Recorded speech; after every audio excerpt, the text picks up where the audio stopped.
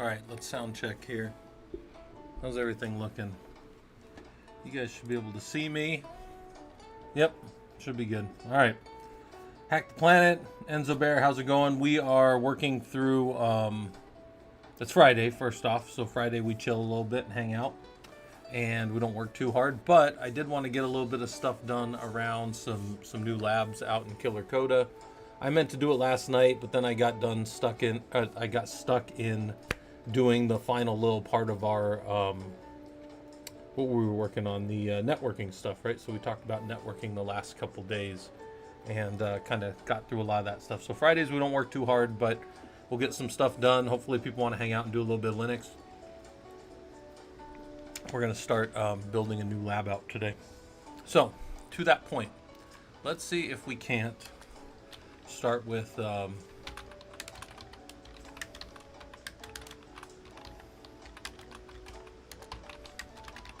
this will be called Stig Reports with SCC tool. All right. And the way this one's going to work. Hey, how's it going, Robodom? We're just kind of hanging out today. We're not working too hard. A couple things. I'd like to get the housekeeping out of the way. Same thing I do with like my college students. Let's get this out of the way early.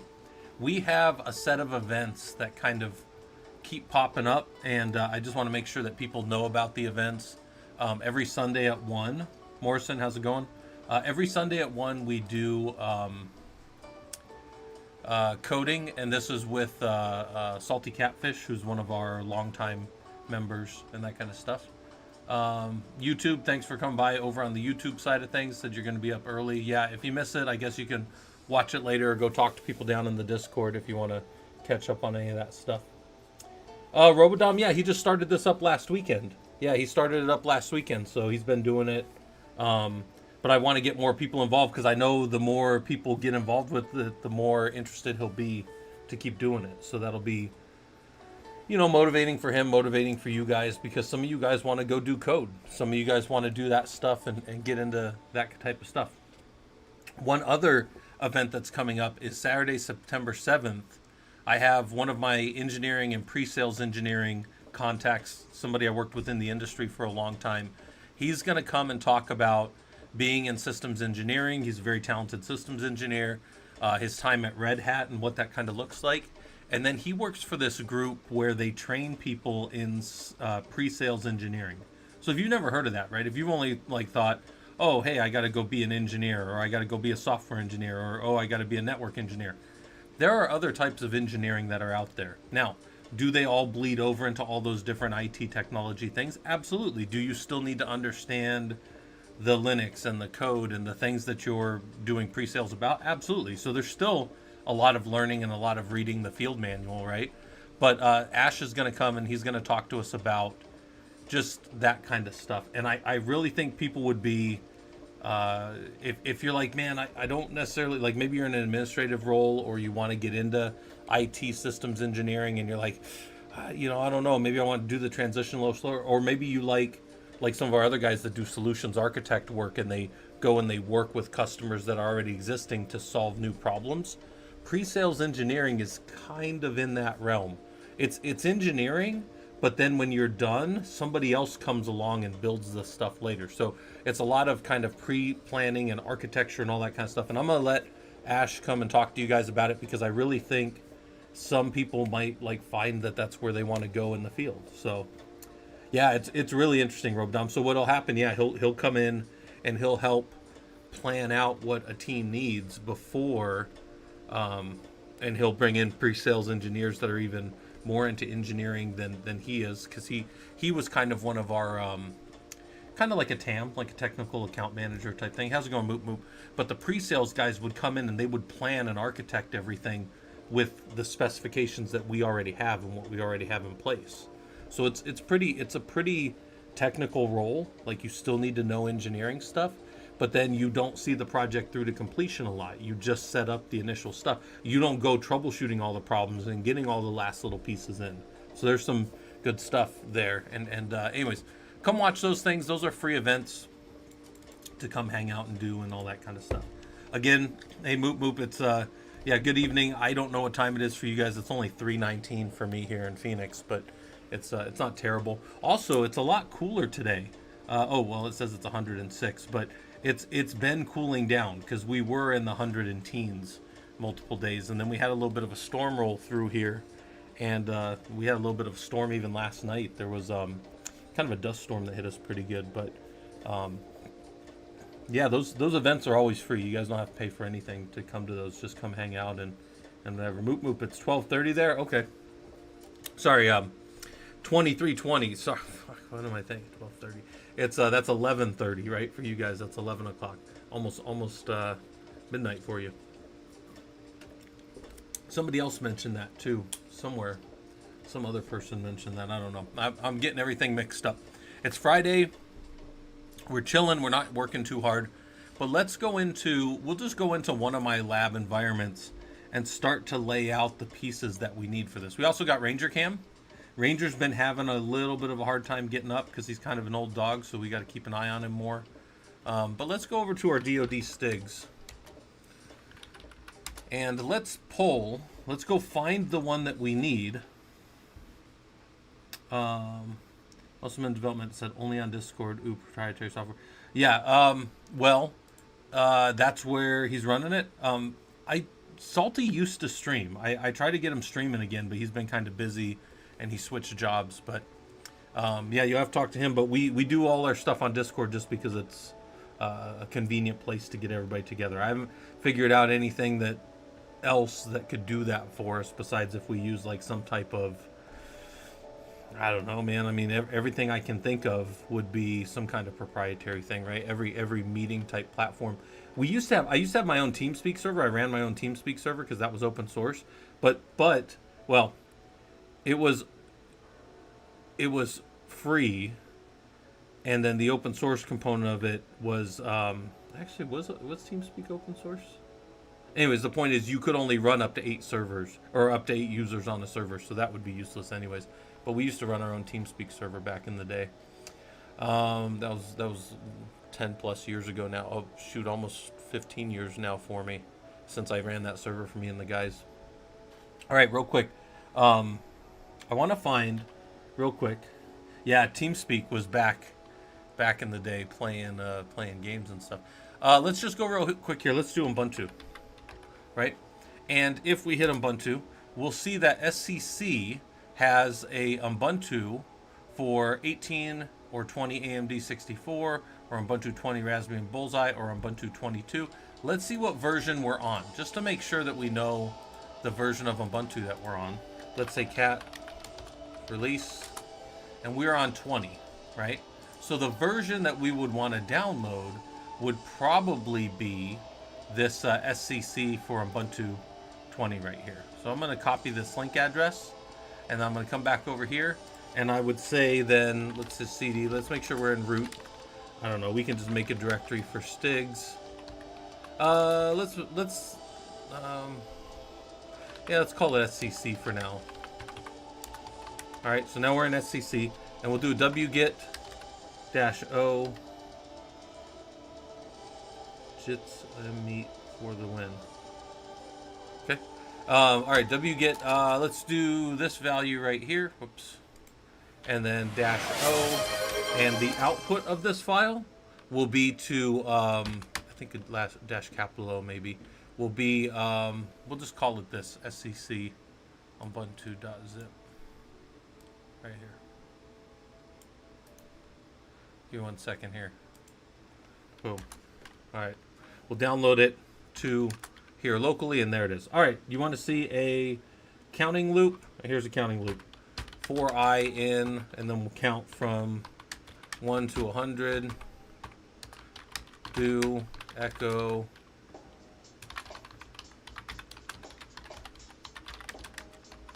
rate. There you go, boom. Counting loop. Add prime numbers. No, we could definitely. Yeah, I do have those redeems. But let's grab what we've done so far, right? So we can just do a history, and we could say, all right, in this directory. So make sure you're in root. We'll make a directory for SCC, right? We'll cd there, and this I'm just putting my like rough steps here. We'll go put these steps down in the tool here a little later. and we'll download the version of the Stig tool that we're going to use. Or this is just a Stig scanner. And then we're going to go ahead and, if we're in that directory with it, we should be able to unzip, if we have the tool, SCC that. All right, so that's on unzip the tool. Right, boom. Unzip, boom.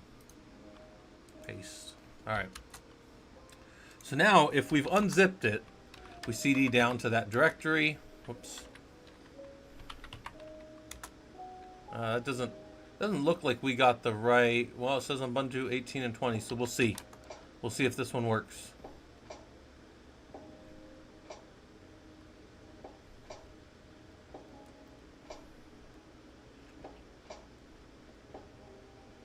We'll give it the old college try, right? DPKG probably -I if I had to guess. Let's see if we can install it. So unzip it, CD into that directory. Oh, whoa, whoa, whoa. Huh. We're grabbing our notes as we go. CD into that directory, right? And then you're going to install the package, which we hope is the right package for what we're doing here. And then it says, much like the other stuff, it says it's now installed in opt SCC. So we CD to opt SCC, and then if we pwd, we'll see that we're in there, and we've got all the stuff we need. All right, so we're going to put here to CD to opt SCC. Good. And then now we're going to do a ./cscc, which is the command line version of this tool, and we're going to say config, right? Just like that. Boom. Not configure. Oops. Oh, there we go. I don't know why I hit that other character, except that my hand missed. All right, so this is going to, if this is going to work, this is going to run the CSCC, and it's going to go gather a bunch of information about how it's going to scan on this host. And it's going to give us this information here about what do we need to do. So this is a change log, right? So we're just going to hit enter to acknowledge the change log, right? And then what's going to happen, so we'll go ahead and hit enter. And then we're going to have these options here, right? So select option 1, and that's going to be configure SCAP content, right? So we'll select that, so 1. And then now here are the things that I can scan, right? And I'm going to use my number keys to get rid of the things that I don't want to scan. So I don't want to scan Ubuntu 18 because I'm not using Ubuntu 18. And I'm not going to scan 3 because of I'm not using Mozilla Firefox Linux on this machine currently right now for what I'm doing. So all I want to do is get this canonical Ubuntu 2004 LTS, which is actually what I'm using. So use the numbers to deselect 1 and 3, so you only have, see that? Selected, right? And then we'll go ahead and hit 0 to return, so hit 0 to turn to the main menu, right? And then what we're going to do is we're going to go into 6. So we're going to say 6. So hit 6. Hit 6 to enter configuration options, right? And then hit, it's going to 1 to enter scanning options. So we're going to go into 1 next. Hack the Planet. This is a tool called SCC, so it's right here. SCC is like, I got shown this when I was out doing the stigging for Northrop Grumman. These guys were like, use this. This is the best thing, and I've used it.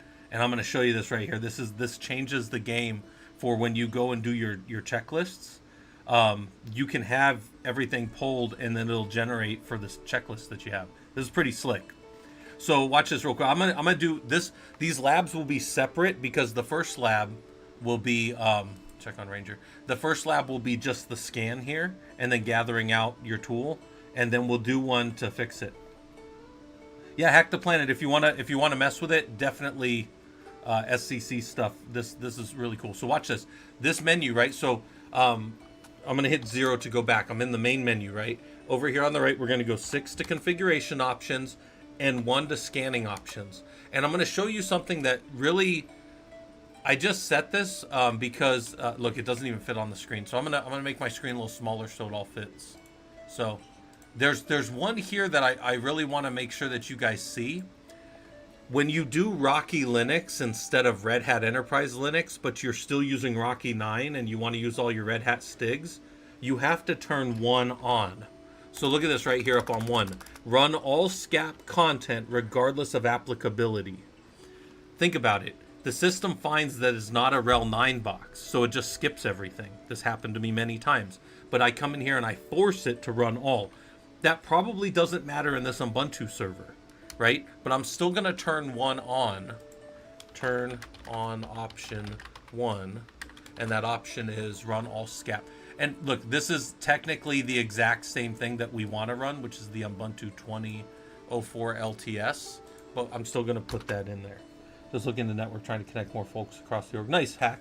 Yeah, I use these STIGs a lot for government projects and stuff. And I've been really like just elbows deep in them for like the last 6 weeks, doing them for a few different contracts and a few different customers that we have. So you guys want a Ranger check? Here's a Ranger check. Also, if I missed anybody following, hopefully I didn't. There's Ranger. He's almost 13. He's an older dog. He is at, like I told you guys, it's 106 in Phoenix right now. He is kept at a nice 73 degrees downstairs. That's Fahrenheit. So it's nice and cool for him. He sits in front of the fireplace. He's got a couple beds. He has a hard time standing up on the tile, so we have the little carpet for him so he can get up. But yeah, Ranger's getting old, man. He's having a hard time moving around. So, but we love Ranger. You know, he's a good dog, and that's our Ranger check, right? We go check on Ranger. How's he doing downstairs? I'll go give him a treat here on stream in a little bit. But there's that, right? So we like Ranger. All right, so I'm gonna hit this, and now I'm gonna hit 0, and I'm gonna return back to the main menu. So run that, and I'm gonna say hit 0. I'm gonna just copy. I'm gonna literally copy this line right here, right? Boom. Let's get rid of this one, and then say, whoops, hit 0 to return to the main menu, and then hit 0 to return to the previous menu. Return to the previous menu. And then hit 0 again to return to the main menu. I think most people could figure that out, right? If I wrote a program correctly, sum of prime numbers up to 1 million. Is that 1 million? That's probably right, Muscleman. All right, so we're out here. What we're going to do when we hit here is number 9, which is exit, save changes, and perform a scan of the local computer. So we're just going to go ahead and hit 9, and it's going to exit and start the scan. It'll tell us exactly when it started, 22:33 on this. And it's going to go through and it's going to tell me, hey, I'm starting to do the SCAP scans for this system. So I'm going to come back over here and say, hit 9 to scan and exit the tool. And then I'm going to say in here, this may take up to 5 minutes. Let's see how long it takes on this system, because I don't know what it's going to take on this system. I scan systems sometimes where I have to disconnect the external storage because it would take too long to scan it. But it'll tell us what it's doing. So this may take up 5 minutes. Watch the scan to see what it is doing. And then when we're done, we're going to have a whole output. We're going to have a whole results directory and stuff. And one of the things we're going to do, so we're going to do all this, and then we're going to have this separate thing. We're going to say install Apache to get the report information, right? So let's pull the report information down when we're done. And this will just be apt-y install Apache 2. This is Apache 2 to get the report information. All right, that's all we need for now. When this is done, right, we'll pull this information out of this, and then we'll feed it out to ourselves in a kind of simple way to see. And I'm kind of doing this in the lab to test to make sure it works, but also to show you guys that this is kind of how I do that. Robodom, yeah, I'm using a tool here called Log SEQ. It's right here. It's Log LOGSEQ. It's an open source tool, and I just keep it in dark mode. It pops up all the time in light mode, but I'm kind of using it. It always just has whatever the day's date is, and then you can go back and you can draw on it and all this stuff. And I think the drawing tool inside of it is based on Excalidraw. I'm like 90% certain of that. All right, so it's all done.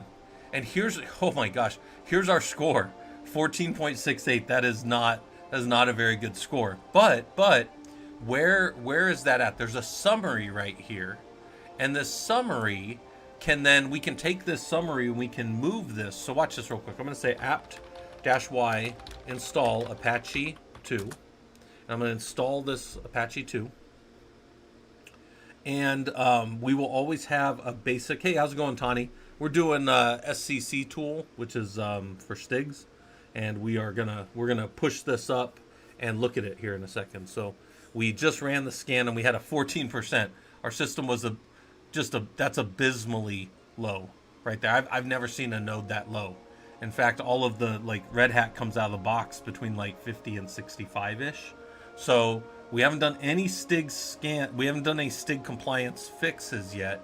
We're only doing checks right now. I'm going to show you guys in another lab how to do the checks, right? But we're building this lab. So this lab's not available on killercoda yet, but then we'll get the other labs up there. If you guys want to do our other labs when you're kind of hanging out, there's our lab links there. And I'll kind of link it to you guys over on the YouTube side of things too. They're always live. They're always free on killercoda. They don't charge you anything for that. Oh, also, we have another person making labs, so I might start including them as well. Ewo on site, we hang out on Fridays, right? We don't work too hard. In fact, I'm already working harder than I expected to. But what do we have in here? We have cd var www, right? And then here we should have an HTML. So var www HTML is what's called the document root typically, right? So I should be able to copy this file right here. Ah, damn it. That's my bad. That's the lab stuff from earlier. Hold on. Let me go grab. That was my bad. I shouldn't have been doing other things with this computer, not lab related, right? Here is they said, here's a summary viewer here. Let's grab this. Let's see if we can get this to work. Let's just grab this basic thing. Paste it. So copy, paste. And then we will throw that into var www HTML. Index.html. We'll rename it, right? Just for fun. So let's come down here and say install Apache 2 and get the report information. Yeah, okay. Let's say move the report information down into the I'm not going to be able to give this as a command to other people, but I'm just going to keep this as a note of mine. And well, yeah, actually no, I guess I could show how to do this. As long as you've only done one. But that, yeah, because I could wild card that. Yeah, we'll figure that out. But okay, so we're going to save that over there. And then if that properly saved over there, I should be able to come over here and go to traffic ports and connect to this box on port 80. And I should see that scan of this box right here. So look, this is the scan, the summary viewer, the SCAP compliance checker of that node. I just went and put it out in a web page. If anybody else wanted to see it, just for fun, I can link it to you guys. Any of you can technically connect to that right there. That's anybody can connect to that and see this, right? Now, if we go and we look at all the so the links are all going to be broken. That's the only bad thing. All the links are going to be broken because it's all relative pathing, right? Yeah. Okay. Well, only the viewer. All right. Well, we'll have to pull everything else out. So there's going to be another way to pull this out then. I guess we could do. Let's go back over here. Let's go look at in here. There's another way to see all these. I'll show that too. let's CD to here. Control Shift V. And then what's in here? So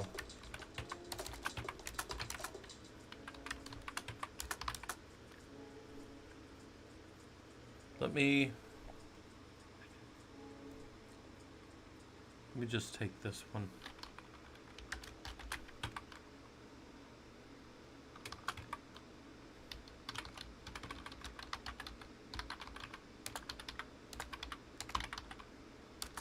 All right. Let's refresh this page. Let's go look at that again. Ah, there we go. Okay, there we go, guys. So if you re-click on that link, it'll be the right thing now.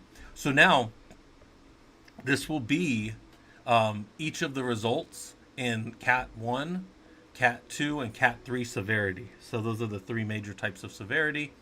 And some of them are hyperlinked, so I should be able to click on them, and it'll come up with, this is what the test was, this is why you failed, and sometimes it'll even have what the fix is, right? So let me show you guys this here, right? So we did this scan, and we can see how our system failed the scan, right? Here's the SCAP version. I just got told the other day that I have to rescan something on MariaDB, so that's not going to be fun. But yeah, we want to be score equals 100 is blue. You can be green if you're greater than or equal to 90. I try to get my systems into the green because that's typically okay. But you almost always have to, when you're doing SCAP scores to connect to government stuff, you almost always have to make sure that you pass all your Cat 1s. Cat 1s can't exist. And Cat 1s can be, man, they can be super silly. Like for layer 2, like at switch layer, you can't use the default VLAN. Can't use it. Why not? Is there anything wrong with it? No. Just can't use it. So wait, everything has to just be moved up to a different VLAN? Yes. Doesn't matter what it is? No. Just can't be default. What if I set the default to something else? Still can't do it. Yeah, I know. I just got hammered on it a couple hours ago. I got hammered in a meeting with a customer for that, and I'm like, we're subs on a vendor contract for it, and it's like, it's not really on us to do it, but it's kind of like, it's gonna be this little pebble that's gonna stop this whole thing from moving. So I just gotta move it out of the way, because like, I've told you guys this before. One of the reasons they keep me around is I'm a fixer. Like I fix things. I'm the guy who they're just like, hey Scott, will you go fix this? And I'm like, I'll fix it. And then that's one of the things I do. So anyway, so you can come in here and you can look like, okay, look, the Ubuntu operating system must be configured so that remote X connections are disabled unless to fulfill documented and validated mission requirements. So if we had a reason for this, we could potentially do this. Here's definitions, here's the tests, here's how we failed, here's the result analysis. And this is also going to be published out, by the way, we're just looking at this in like a little heads up display. This is going to be published out here in a, let's see, what path are we in here? CD to XML. There are these XML definitions. Here it is. This is the one you really want, is the XCCDF. And when you pull this one down, when you pull this one out of the system, you can use this to feed over into like a STIG viewer, and then you can actually go and see and remediate and say what kind of, well, you can't really remediate there, but you can disposition these for what the problems are, for whatever else is going on in there. All right, so this is a way to get, so I'm going to make sure that we have the right one there. We don't want the summary viewer. We want this other one. Hold on. So the command will be,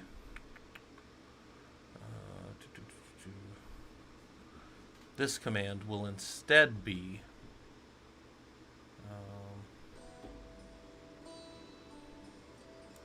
we went down one directory. We went here and then saw that. Okay, so we would copy SCC viewer. So this,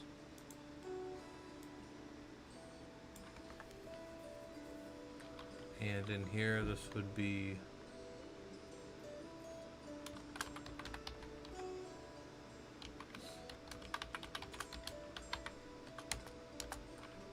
scap, and then this full long name, which will be, oh man, it's gonna be.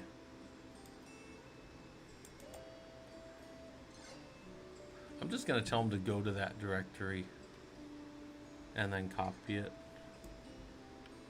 CD to. So I'm gonna say CD root sessions.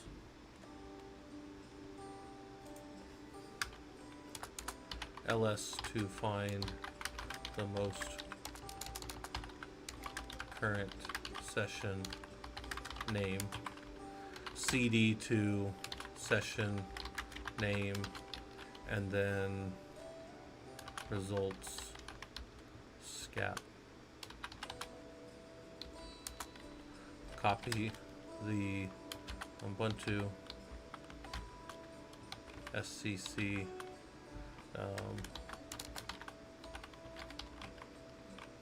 session name dot all .html file to var www.html. I think most people that aren't completely derf balls could probably figure that out, right? All right. I had a guy I knew in the army that used to call people derf balls, and I always thought that was funny. Like somebody who just can't. You know, there's that old saying about there's two types of people in the world: those who can extrapolate from an incomplete set. And if you want to be a systems engineer, especially if you want to do some of the security stuff, you got to be able to figure some things out. So move that down, and then from there, the steps will be. Cuddlingus wanted a ranger check. You guys want another ranger check? We just did a ranger check. There's Ranger. He's laying on his bed downstairs.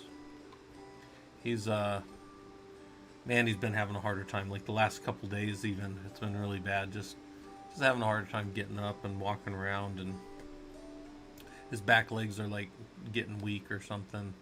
So yeah, he's just an old dog doing old dog stuff. So there you go. That's your ranger check. What's the rest of That's the whole saying. That's the whole thing. That's it. There's an old Simpsons episode where, because Lisa always thinks she's the smartest kid. If you guys don't remember, like some of you have been around since, you know, the 80s to see, and even before the early Simpsons episodes, Lisa was like obnoxiously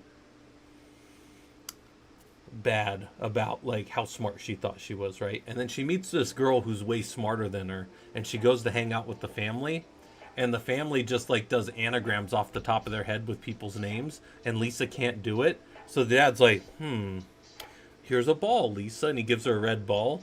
And then like later on she's thinking and she drops it, and he goes, oh, got away from you, here you go. And he like gives her this ball like she's a like just dummy dumb. It's kind of funny.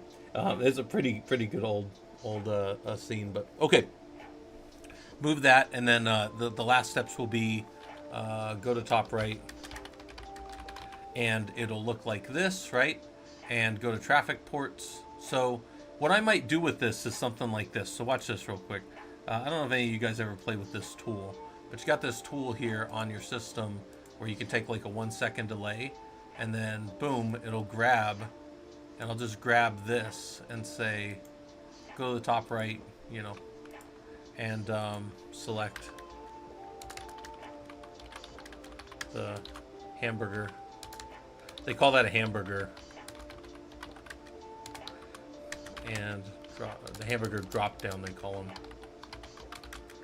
to select traffic ports. Huh, I wonder if that should just enter it in there. Yeah, I thought it did.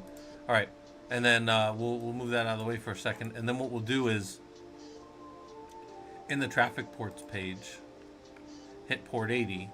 So hit port 80. Hit port 80, which will look like this. How'd that thing go? Here. Okay.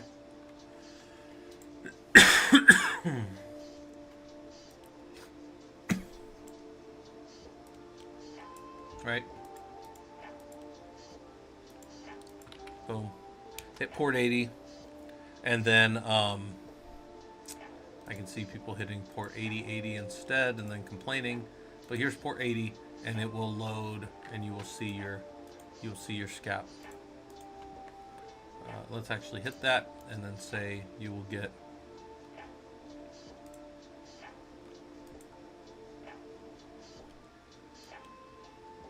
review your SCAP score.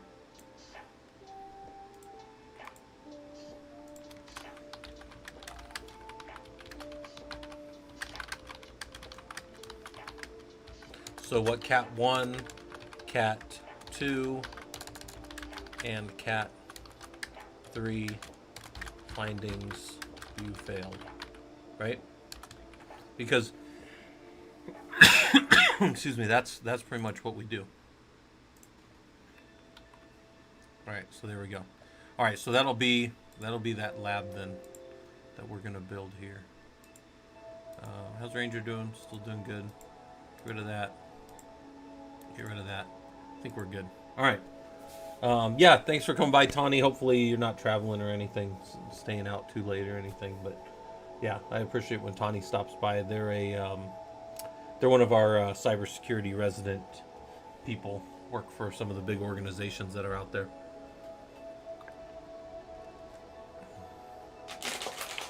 I don't know OwnCloud or NextCloud at all. I've never used either of those EWO. I couldn't tell you. I think some of the guys might know down in the Discord, but I've never used either of those tools. So I guess I would just say my assessment would be, you know, how easily can I get stuff up there? How easily can I get stuff out of there? That's what we call vendor, lock-in, vendor lock-out, those kind of concepts. How many people are using it? It looks like there's 200 million users. That's pretty good size. Have they been around for a while? There's always new types of things emerging. So there's always new ones of these. What's this other one? NextCloud? I've never seen this one. Is that actually NextCloud? Control over your data.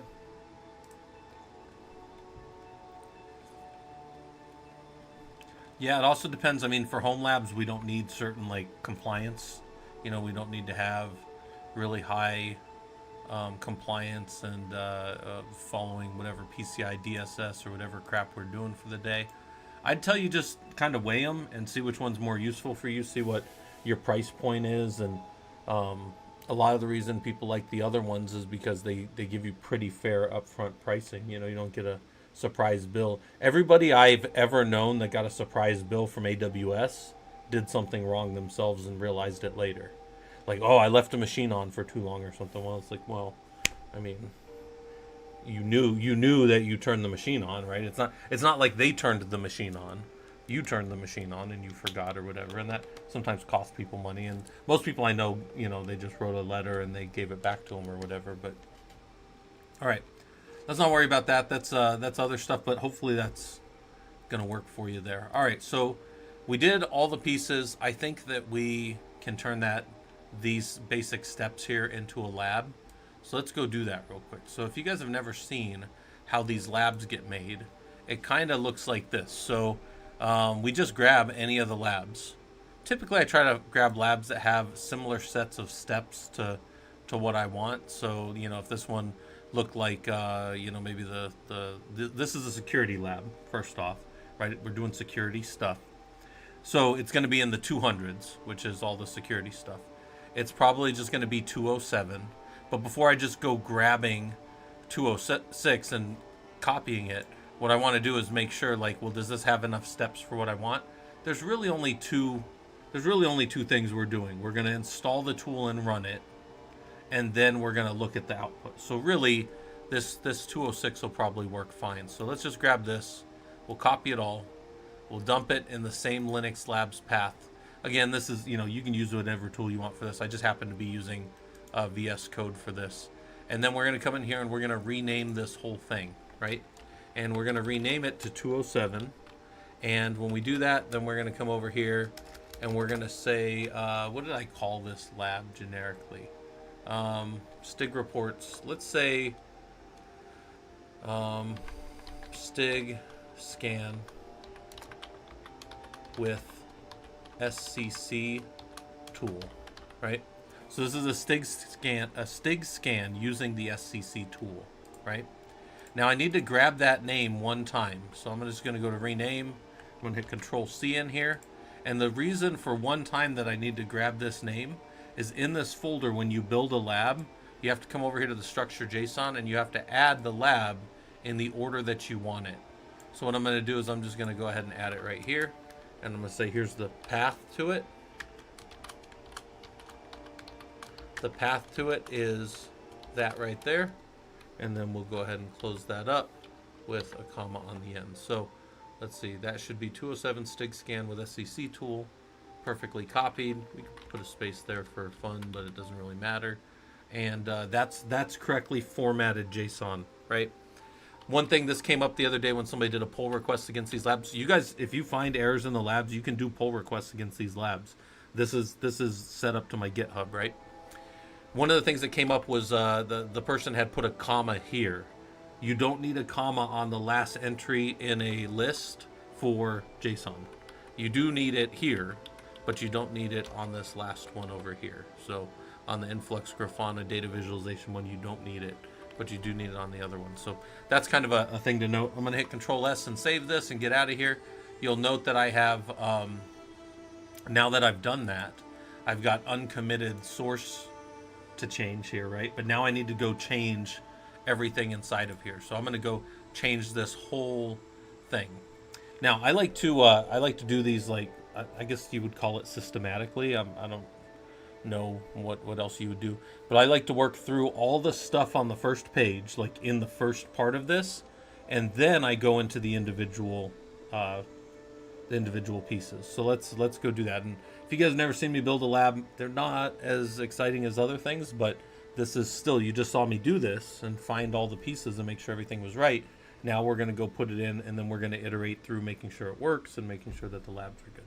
Some of you, I think, like if it's like just a Friday afternoon and you're like, oh, I don't really want to do much thinking, you could at least go down in the labs and just hit next, next, next, and watch the things exec or whatever. Cuddling has said, kind of a stupid question, but how are hosts set up in your labs? Like, do you have a node 1 configured in order to be able to connect from control plane? Kind of off top. No, so these Cuddlingus, I don't, the labs in killercoda they're all defined. Let me show you where that's defined, by the way.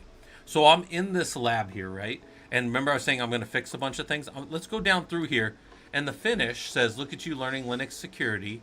Let's fix this thing. You set up the SCC tool and implemented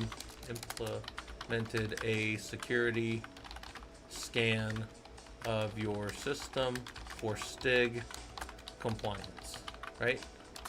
Then you reviewed your information via the Apache to web server, right? This other crap is just crap, and that was from the other stuff. All right, Control S to save it, get out of there. So that's my finish. Hold on, I'm going to show you here real quick. Let's keep going down through foreground. We're going to install the scenario, index.json, that's what we need. Intro is welcome to Prolog. Let's see if there's anything in setup. That's just going to touch, finish, and go. Okay, so that's everything we need. Let's go look at the index.json. This is where all that stuff is built. So no, Cuddlingus, this is important. If anybody wants to build labs, this is important. In here, it says, let's do Linux security, and then the description is going to be run. It's not going to be rsyslog to capture and send logs. Now it's going to be Stig report of a server with SCC tool, right? And then it's going to run those things, those things that we had. Nothing was really happening in there. And then we're going to get to our steps. And our steps are going to be step 1 and step 2, text and verify. So we're going to have text and verify for each of those. And then we're going to have a title assigned to each of those. And let's go look at the title real quick. Don't worry, I'm working down to where those nodes are configured. Let's go look at this. The first part of this is going to be download and run the SCC tool for STIG compliance. Right? That's the first thing we're going to do. And then this one will be review your STIG score over, I don't know, over, I don't know, I want to say port 80, but from a web page. That web page can be one word, that's fine. All right, this is the answer to your question right here, Cuddlingus. At the bottom, when you've defined this whole environment, there's a backend image ID, and in this case, I'm using the Kubernetes Kube ADM 2 nodes. That doesn't mean anything to anybody, I know that, but watch this. This is where that comes from. We come over here, we go to this, we go to our creator dashboard, and actually I don't want to be in creator dashboard. I'm going to go, oops, I will go to creator, and hold on a second. Go down to becoming a creator, right? Creators here. So this is the link right here that you want for what I'm about to show you. So how does node 01 and that other stuff get stood up? When you become a creator, they give you a set of environments, and here's the environments. Do you want to use a single node Ubuntu? You'll notice some of my nodes are just one node. You go in, you look at some stuff, you get out of the lab. That's it. Then there's an Ubuntu 4 gig, which is a little bigger, but you can use Docker and Podman. Docker and Podman's on both of them, but maybe you need a little more memory. Then there's a Kube ADM with only one node, so you're just doing like a basic Kube environment. And then this one is the Kubernetes Kube node with 2 nodes. And the reason I do this one is because then we can have 2 nodes talk to each other. So only in my labs, typically, only in my labs where we're going to be running with more than one node, do I do this environment, the Kubernetes Kube node. In fact, for this one, I can use this Ubuntu one right here. So watch this. Because this is a single box with a single node, why do I need Kube running like this? So I'm going to say Ubuntu. I'm glad you asked that, because I wouldn't have changed that, and then this lab would have had 2 servers, and people would be like, I'm only scanning the one. Yeah. So now we're going to be a little more efficient. We're being good stewards of our environment. We were given this environment free through killercoda, and we can build labs and stuff in there that people can use. But let's say that like 100 people a day go to this lab. I would much prefer only using one of their boxes at a time, as opposed to burning through their big Kube ADM environments. Does that make sense? So this is where those definitions come from right here, because they're predefined lab environments, and then I put everything else in. So Cuddlingus, if you ever just get a wild hair and you're like, I want to set up these labs, I know how to use this one specific tool really well. You come in here and you go, because some of you probably know, I'd be willing to bet everybody here knows a tool better than me. I'm sure of that. People just had a tool, and they're like, I am with Ansible. I want more people using Ansible. I think it's a good tool. Red Panda. I've never even heard of Red Panda. I was doing these labs the other day for fun. But somebody came in here, and they went and they found out how to do this, and each one of these is its own lab environment, again, tied to these basic labs here. And what I would tell you is if you want to do it, let me know and I'll walk you through. But you can clone all of these labs. All my labs are up in a public GitHub. You could go pull all my labs. You could go and you could start your not het tanis GitHub, and you could have all of my labs up here in killercoda, and everyone could be not het tanis the whole time, and it wouldn't matter. A collection of the saints. Yeah. So here's the environment release cycles, and I kind of like this. It tells you where they're at, because those things changes.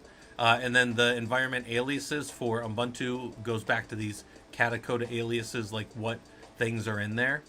Now, there's things that are installed by default. So there's Python, Golang, but what I don't see here is maybe I need Gits here. Let's say I need a very specific compiler.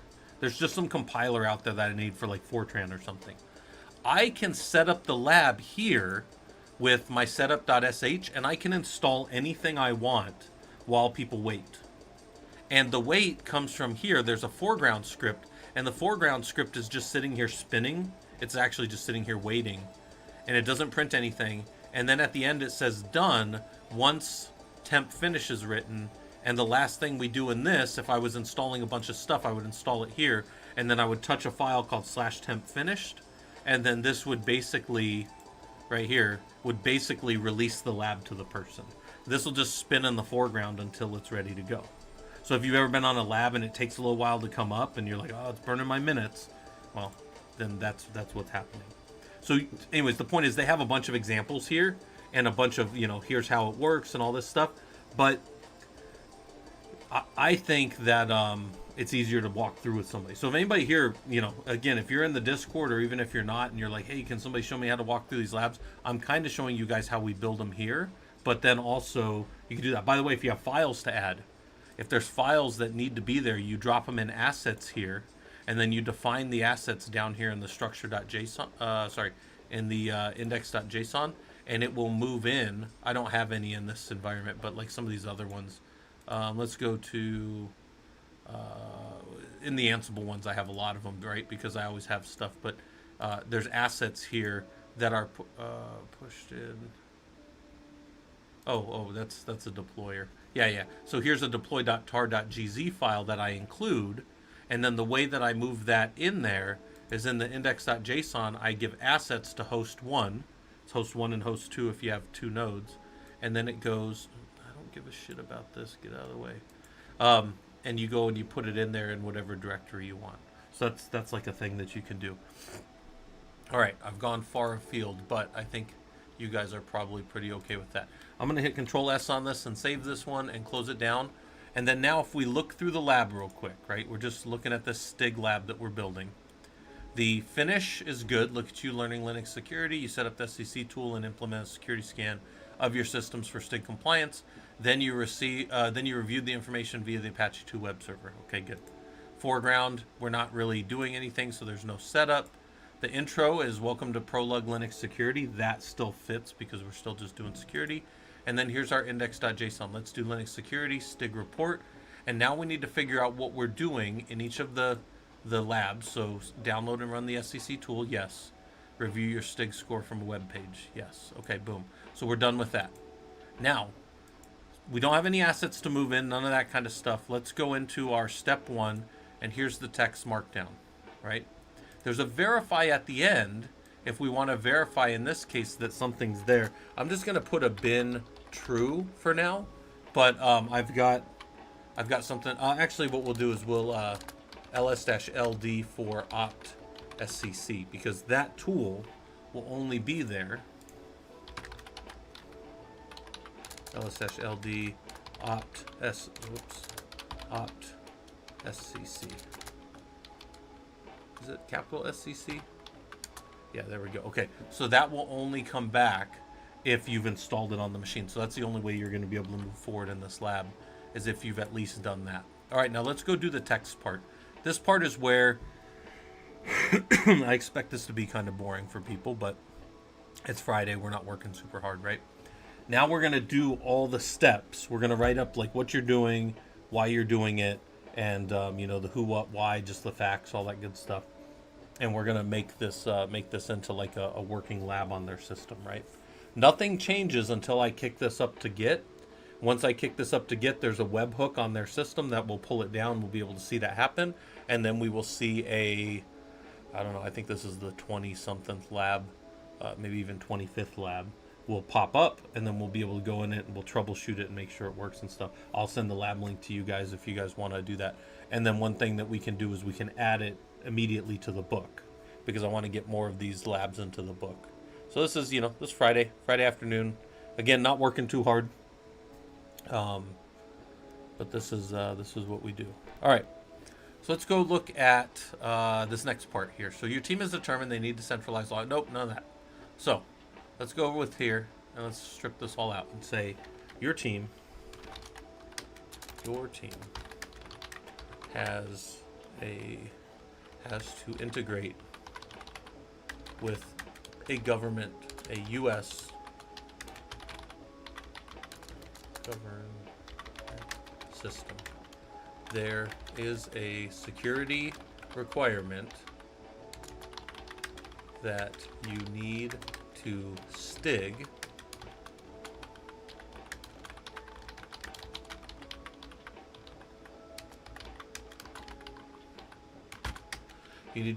your servers to a certain score. You have decided to download or to use the SCC tool to scan your servers to see where they are currently at before any remediation. Right? Boom. Homeless bag, how's it going? People and non-peoples, yeah. And servers that are only a 14% compliance, right? So let's say download and install the SCC tool, right? That will be one step or one task. Configure and run the SCC tool for your OS, right? You got to use it for the right operating system. And then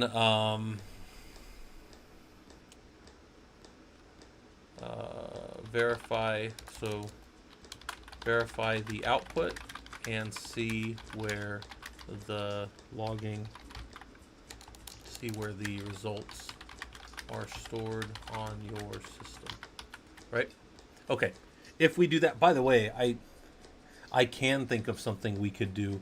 We could set the path to a variable. I could have them do that as a step, and then I wouldn't have to worry about that weird pathing thing that I was talking about here, right? Where it's like the session name. So actually I could, yeah, we could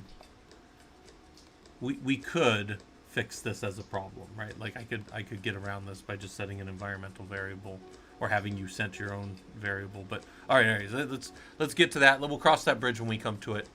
So let's say download. So here's our first step: download and download the SCC tool from the US site, or from the government site.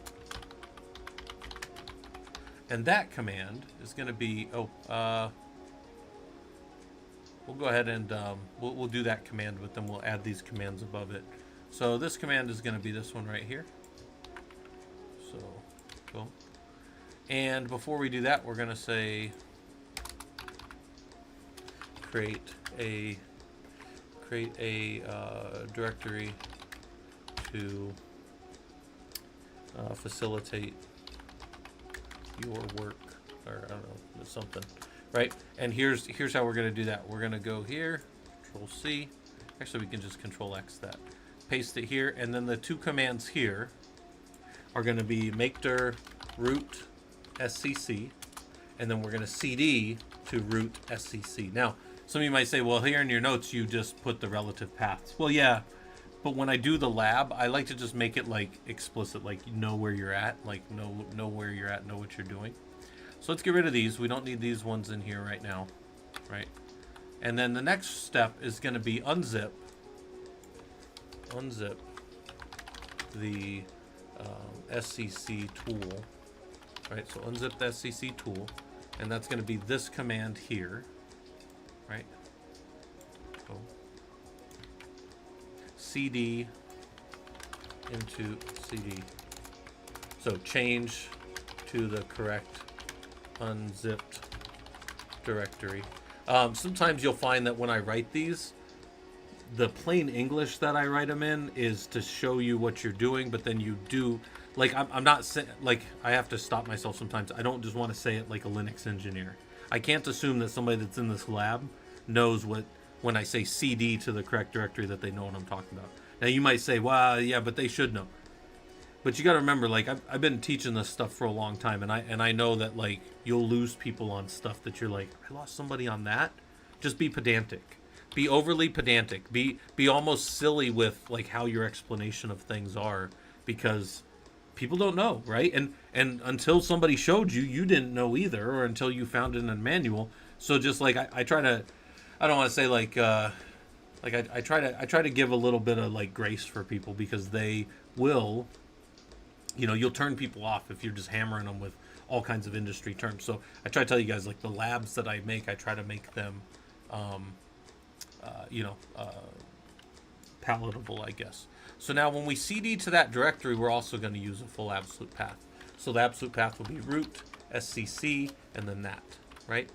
And then the next part of this is going to be, you're going to install the package with the DPKG installer, right? And that's going to be a simple little DPKG -I source. And you might say, well, are these sources going to stay the same?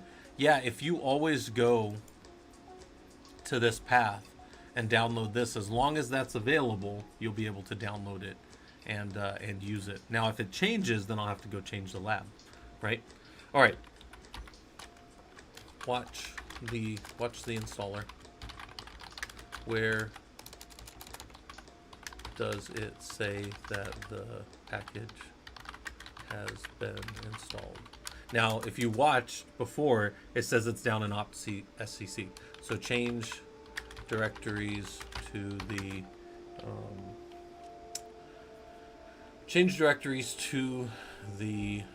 tool direct to where the tool is installed, and let's say the SCC tool is installed, and that's going to be a cd/opt/scc, right?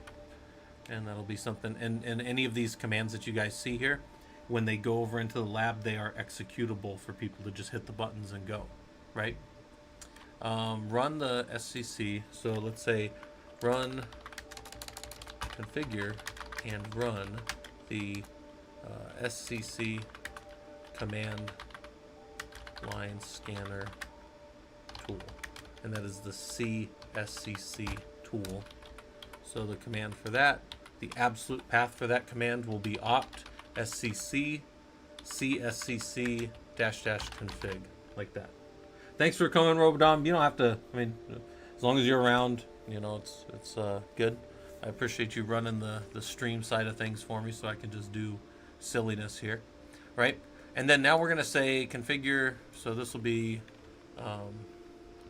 look at the menu and select the so these are all going to be menu driven, so you're not just going to be able to hit buttons and stuff like this. Look at the menu and acknowledge the change log. So there's always a change log at the beginning, and we'll just go ahead and look at the menu and acknowledge the change log. We'll say by hitting enter key, right? So then the next part is select option 1, configure SCAP content, right? And then use the numbers to deselect 1 and 3, so you only have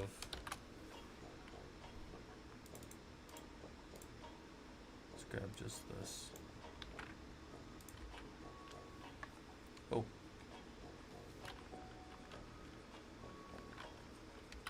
selected. Boom. Okay. Hit 0 to and enter. Let's go fix this. That should be enter key as well. And enter to return to the main menu. And then hit 6 to configure. Oh, so some of you guys, if you're coming in late, you're like, what the hell is he doing? I did these commands earlier in a lab environment for killercoda. I copied my commands as I did them, and we built in the Stig SCC tool. Now we're just building the lab so that we can go, and then the lab will walk us through my steps. That's all this is. So this will be lab instructions in killercoda, and you're kind of seeing how I make the biscuits, I guess, if you want to think of it like that, right? This is the less fun, like not exciting part of this stuff. So, all right, hit 6 to configure, or to enter configuration options. Hit 1 to enter scanning options, right? Turn on option 1, which is to run all SCAP content regardless of applicability. And that probably, like I was saying earlier, isn't probably needed on this, because The name that you select when you do this part, and you only leave number 2, the canonical Ubuntu 2004 LTS, that is the exact version of the OS that we're on in that environment. But when I do like Rocky Linux with Red Hat Stigs, it is not the exact one. So it actually skips it. So I do this and then I select only the ones I want and then I run it and it will give me a score based on it's Rocky Linux, but it looks a lot like Red Hat Linux. So it can give me a pretty good score. Like the current one that was just published in July, like late July, about I think like July 24th or something, has like 462 scans exactly, and it probably checks about 380 of them. Then you got to go do 80 of them yourself, but that's a lot less than you had to do. So, all right. Anyways, hit 0 to return to the previous item. Hit 0. I may be able to just grab these all. Boom. Hit 0 to enter the previous menu. Hit 0 to return to that, and then. I don't, yeah, that's fine. I guess I could leave that in there. Let's just hit and see what it's doing.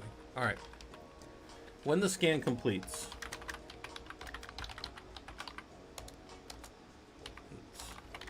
what is the score that you have? What is the value? What is the output directory of the reports? All right, so these are all things you might want to know. We'll come down here and we can get rid of all of this stuff. And then you're going to be ready at that point. Whoops, output reports. And then it says, then you are ready to head to the next part of the lab. All right, so that's that part of the lab. Control S, save it. We're going to probably have to fix things here when I do this in the actual lab, but we'll get there. Get rid of that. Boom. Come over here, and now we got to do the second part of the lab, which is the Apache 2 part. So set up the system. So this one will be set up the system so that you can use a web browser to view the STIG report at a high level, right? There are other things that we're going to do in other labs where we're going to pull these down and then we're going to open them in a tool called the, I won't pull it up right now, but there's a tool called the STIG Viewer, and there's a version 2.18 right now, and then there's a version 3. Most people use the 2.18 version, and we'll look at, so we'll download these and we'll look at them in there, and then I'll show you how we can do, clean up and review and other things like that on our environment, and then the main point is we got to do our remediation. So we'll do remediation with Ansible in one lab, and we'll do remediation via scripts in another lab. So I'll show you guys that as well. All right, so set up the system so that you can use a web browser to view the STIG report at a high level. Install Apache 2 web server. Copy the appropriate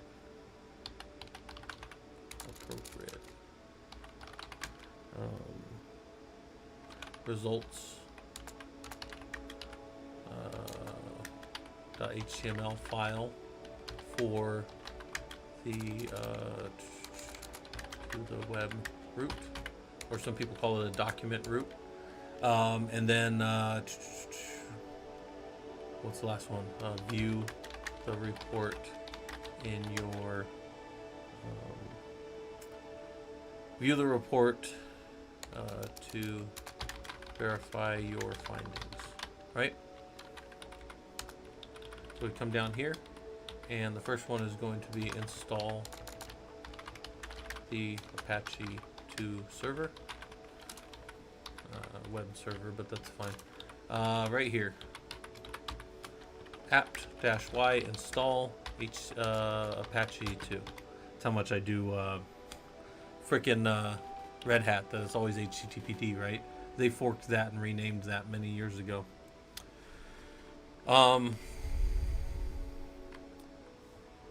Let's go find and remove the find and copy your report to the correct find, let's say find the correct report. That's fine. And this will look something like this. Oh, that's not going to have an exec on the end, so let's write our exec in here. All right. This one will be cd to root scc sessions, and then any session, and then we'll move down into results, scap. I'm going to say this command assumes you've only run the scanner one time, because if you run it a second time, that command's not going to work. Root SCC. Oh, is there another one where I don't have it? Is there one on the other one where I don't have it? That's probably true. Hold on, let me go look. You're probably right. Yep, there are other ones. Good catch. Yeah, any of these wouldn't work.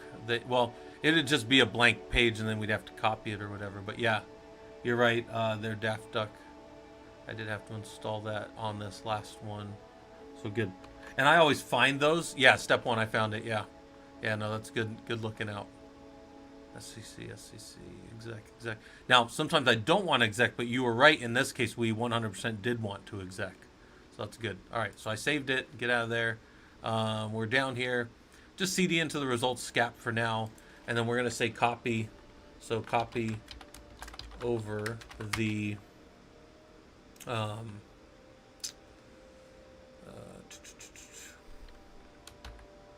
yeah, so this one will be a little bit of a challenge because I have to hope that they can figure this one out. But copy over the all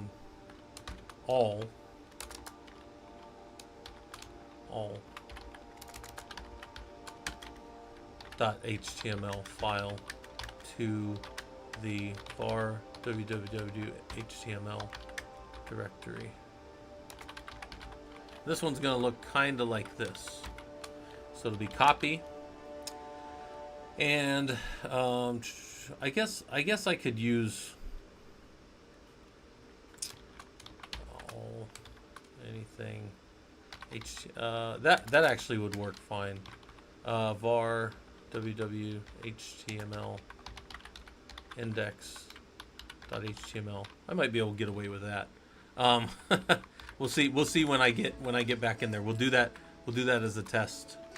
So now go to the top right of your lab environment and select traffic ports. What the heck just happened there? That was weird. All right. We're going to select traffic ports, and then we're going to say hit the port 80 button, right? View your STIG score and see what remediations you have for cat 1, cat 2, and cat 3 findings. Boom, there we go. And there's a lowercase scc. Where's that at? Oh, in one, that's okay, because the directory, that's a good catch, but the directory is lowercase scc. All the rest of them, that's a comment on the YouTube side, but yeah, there is a lowercase scc in the pathing, so that is lowercase. In the report output, it's uppercase, but it's baffling, right? So that when you first install it, it's lowercase, and when we made it, the directory was lowercase. But the directory that it makes, oh wait, are you right about that? Hold on. The directory it makes is no, that's lowercase. It's lowercase opt scc, yeah. But the report output The report output is definitely capital. Yeah. So that it puts it in root capital SCC. So it's kind of maddening. Go back over here and look at the report. Yeah, that's a capital SCC there. All right, so let's see. We're just gonna send it over the wall and see, right? We're just gonna test it. So here's what we do. We've got everything good. So we say adding new lab for SCC tool, right? Oops. And then we commit this up. And yep, and then this will update structure.json, so it tells me what it's doing. We go back over here. We'll just move our notes out of the way for a second. And we're going to back out of my system checking lab because that's just the one that we were using. Oh, you switched logsec. I've been kind of using logsec a little bit for fun, isobu. I do like that it's always kind of up to date on whatever date I'm on. So then I can go back and look through like the different days on what I was doing. I kind of like that. But I was just using it for this lab. Because like I think people are probably tired of seeing my Notepad++ stuff. This is what I was using last night when I was telling you guys, hey, when we're talking about networking, go write down things that I talk about and things that you want to go read about later. Because like sometimes like I move kind of fast, and then I know that you can go look at it later. We've reached Note 51. That's true. Yep. We're up to 51. We've probably had many more because I know it fills back in as I delete them. But okay, so now in our labs, right, we'll go back to our Prolog labs, and we'll see on my screen the way we should see it. Actually, this might just take us to the generic labs. Yeah, if I go to my creator account, though, and I go to Heptanus, I'll see that it was pulled at 8:23 at almost midnight today. So UTC time is, what, 7 hours ahead of me? I'm at 4:31, so... Oh, wow, yeah. Is that 9 hours difference?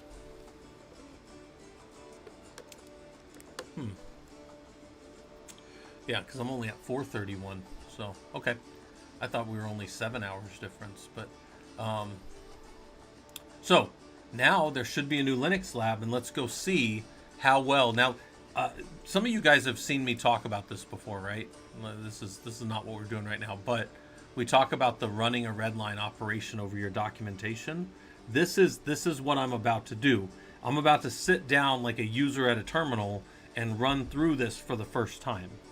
And as I go, any mistakes I've made are going to get redlined over here. And actually, well, look, when you're doing this in a home lab environment and then pushing this up for everybody, you can kind of do this just right here and fix them on the fly. So some of you guys have seen me where I'll just kind of fix things as we go, and that's probably what I'm going to do. But the point is, I'm running a redline operation right now. This will be the first time this lab's ever been kicked off, and we got to make sure it's right. So look, STIG report of a server with SCC tool. Is that the way I want it to look? Does that look good? Yeah, I think that's fine. By the way, I told you guys, well, as long as it starts, I told you guys that I would link this. So here is the link to that. I'm not going to pin it, but if any of you guys want to go run through it, this is, and actually since it's still building for the first time, it might take a little time to come up. But it says right here, your team has to integrate with a US government system. There's a security requirement that you need to STIG, Secure Technical Implementation Guide, your servers to a certain score. You have decided to use the SCC tool to scan your servers and see where they are currently before any remediation. Maybe I should say what they scan or what they score. What do you guys think? Do you think that would be a better servers to see where they score or what their score is before any remediation? I don't know. Maybe we'll play with that. Download and install the SCC tool. Configure and run the SCC tool for your operating system. And then verify the output and see where the results are stored on your system. Okay, I think we can do that. So we come down here and we create the directories and CD to the directories. Are we in the right directory? Yes. Then we download that tool, right? And that'll give us this zip file in here. And then we unzip the SCC, so download the SCC tool from the government site, unzip the SCC tool. I'm just doing some checks here. Yep, it's there. Change directory into that directory. And I said watch, and then install the package with the dpkg installer. So install. And I said watch the installer. Where does it say that the package has been installed? Change the directory where the SCC tool is installed. So where does it say it's installed? Opt SCC. It says that it's good. It's not a directory. Install desktop file. User share. Okay. So it's done all these things and we're good. So we cd over to opt scc. And then we're going to run opt scc cscc. So this is the absolute path no matter where people find themselves. The config for this. All right. Said look at the menu and acknowledge the change log by hitting the enter key. So that's the first thing that we need to do. Enter. And then it says to select option 1, configure SCAP content. So we hit 1 to select that. And then I say use the numbers to deselect 1 and 3. So 1, 3. So now you only have canonical Ubuntu 2004 LTS STI there. Good. Hit O or 0 to disable or to leave. Right. So hit 0 to leave. Right. So that's set. Hit 6 to go to configuration options, and hit 1 to enter scanning options. Hit 1 to run all SCAP content regardless of applicability. I like to have that one there. Hit 0 to return to the previous menu. Hit 0 to return to the previous menu. And then hit the 9 to scan with the exit tool. Or to 9 to exit, save, and perform a local scan. So hit 9 to scan and exit the tool. There we go. I do kind of like that showed up like that. It says this may take up to 5 minutes. Watch the scan to see what it is doing. And then we're going to ask ourselves some questions. When the scan is complete, what score do you have? What reports, what's the output directory of the reports? It should tell us that. And then it says you are ready to head to the next part of the lab. So, oh, you know what? There is one thing I didn't do in this lab. Hold on. This verify right here, this is going to break. We're not going to be able to get past step 2 in this lab. So that's actually kind of funny because I never fixed this verify.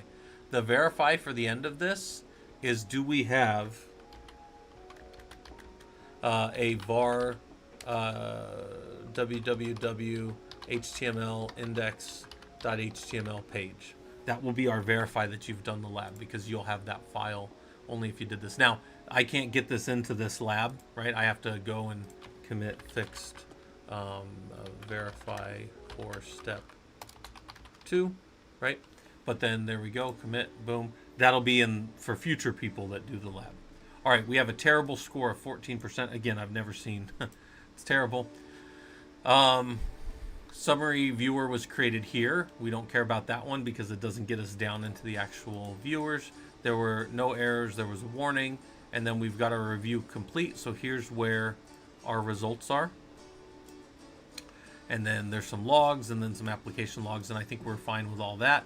So then we hit check and we should get to validation successful because that validation tool was looking for opt scc to be there. Opt scc will only be there if you either made it manually or you use the installer. I'm going to assume nobody comes into these labs and just makes that. Plus there's no, I mean, you would just be bypassing the process, so who cares? I say set up the system so that you can use a web browser to view the STIG report at a high level. Install Apache 2 web server. Copy the appropriate results.html file to the web root and view and report your findings. All right. So we'll install the Apache 2 server. I could have done that in the background, but I think there's some value for people that maybe don't do a lot of systems work to see what an installer does, right? Like go and watch the thing install. It's good for you. And then we're going to do, this is a little bit of a cheat. I'm just going into the only one session that should be there right here. So I should CD in there. If I do a PWD over here, I should be in there. Yeah. And then I can cheat again and copy the only one. Whoops. I thought there was an all. Oh, those are lowercase. Damn it. All right. So all lowercase. Like that.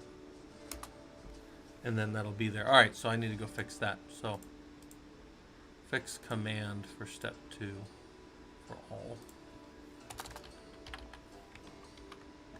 And I'll just say fix command. Doesn't really matter. Git commits, you guys know, unless you're working with other people, the commits are really just for you. So let's sync the changes up. The commits are for you to kind of prompt what you were doing. Now, if you're working with a team, totally different. All bets are off. You probably have a standard for what you put into a git commit. But when you're doing it on your own, it's much less. And I'm not completely on my own. Other people use the labs, but I don't think they're looking back for my git commits very often. So all right. So anyways, we copied that over, and we fixed that on the fly. And now we say go to the top right of your lab, and select the traffic ports. Hit the port 80 button, and you should see your score. And then what do I say to do? I say to view your STIG score and see what remediations you have for Cat 1, Cat 2, and Cat 3 findings. So we come back over here, and here's all the different things. Here's a bunch of manual checks we would have to go do. So manual checks are not performed automatically. And in the STIG viewer, when we pull these up, we'll actually have to go and manually do these. See how it says not tested? And we'll have to go look and see. And that's a whole remediation process that we could kind of work through if we wanted to. All Rangers moving around to different beds. All right, let's get that out of the way. And with that, this check will fail, again, because it's validating that node 01 from the rsys log. So that's no good. So what we're going to do is we're going to back out of this lab. And I've already committed that up. So those fixes should really be in there already. Oh, wait, hold on. Let me go look at that. Make sure that looks right. RWA index.html. Yes, okay. So if you guys have not seen me do my labs before, I like to make sure that they're good. I am going to go and do the whole lab again, right? And make sure that the process works start to finish. So that's the same lab link if anybody wants to do it, but now I'm reloading it, and it should have that fix in there. It takes like 3 to 5 minutes, but I did the commit a little while ago, so it should be good. All right. Same thing as before. Team is to integrate with the U.S. government system. That's good. Come down here. We're going to build our directories. We're going to download our tool.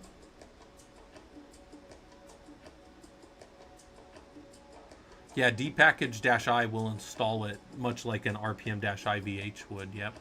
So we're going to unzip it. We're going to cd in there. We're going to install it, right? Unpackaging, do whatever it needs to do, put it in the right place. Good. We check that, make sure it's good. Opt scc, and then even though we moved in there, we're going to go ahead and do the full command path for the config. And now we've got this scap stuff, so we're going to do the scap stuff again. This is, and you guys, you could do this scan on your own machines. All you got to do is go change. So we hit enter. 1, get rid of 1 and 3. 0. I'm loosely reading over here, and then we're going to do 6 and 1 and 1 and 0 and 0 and 9. Boom, it's going to run. But yeah, you could run these on your own boxes. In fact, I'm probably gonna load this tool up. Actually, I think this tool is loaded up in my home lab. Hold on. Did I install this for the werewolf stuff? Let's go look while that's running over there. Leave that running over there. What the heck's going on here? Yeah, so all these nodes have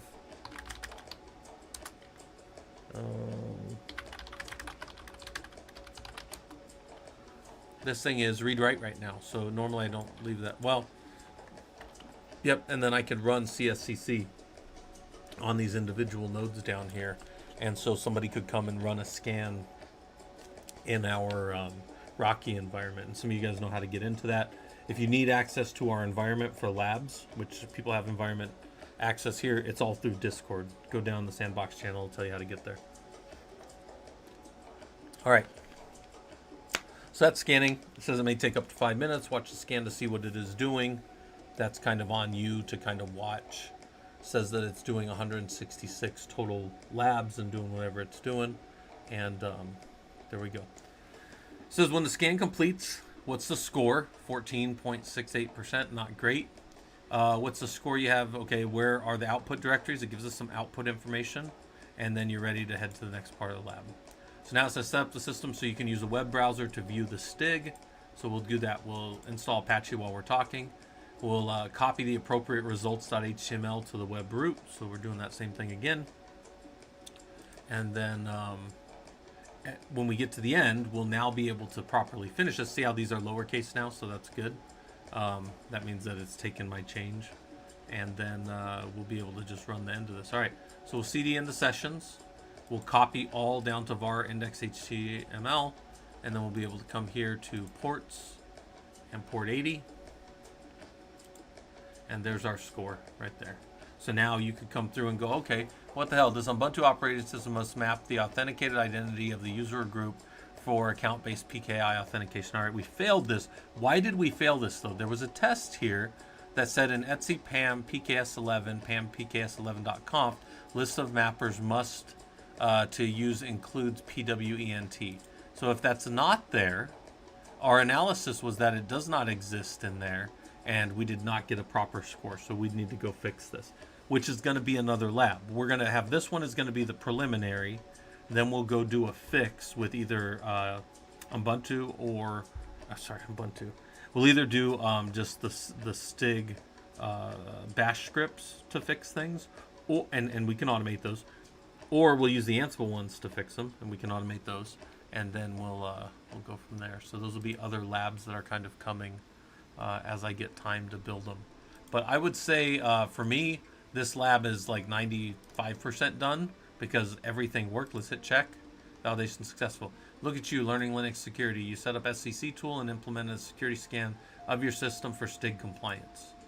Then you reviewed your information via the Apache 2 web server. That's good. Only thing I might fix is, no, that's fine, lowercase Apache. Normally, in systems world, that's okay because it is lowercase Apache too. But typically when you talk to people outside of there, you got to go back to the proper casing for speaking to other adults or whatever. Man, some of my systems need to get updated. All right, anyways, so we're back over here. That was our lab build out that I kind of wanted to do. I'm getting close to, we're about an hour and a half. Oh, well, let's do this. So now I've got more stuff to add. So let's look at this then. So here's what I then do for people that haven't been here before. I add this to the book, right? And the book is right here. So I'm down in setting up our syslog, right? Boom. And then the next part is moving to automation, which is the Ansible piece. But we're gonna do this part now. Oh, and if you guys look up just a little bit, I can link it again if you guys need. But yeah, that's how we build a lab for killercoda. Some other people have built other labs for us, by the way. There's labs that people have built that are actually there's one lab that was built by somebody, not me. And then there's been a lot of like people helping me build labs and fix stuff over the years. So we've been probably building labs out here for a while now. So I'm going to copy all this, and I'm going to make this the new lab setup. So for the book right here, boom. And then here's what we'll do. We'll start right here, and we'll say lab 207. And the lab 207 is called right here Stig scan with SCC tool, right? So that's the name right here. That's fair enough. That's good enough name for it, right? The path to it is actually this path right here. So we're going to change this right here to be that path now. And then the task is going to be very much over here. Pretty much not quite word for word, but use the SCC tool to scan a Ubuntu 20.04 LTS server for Stig compliance. Right?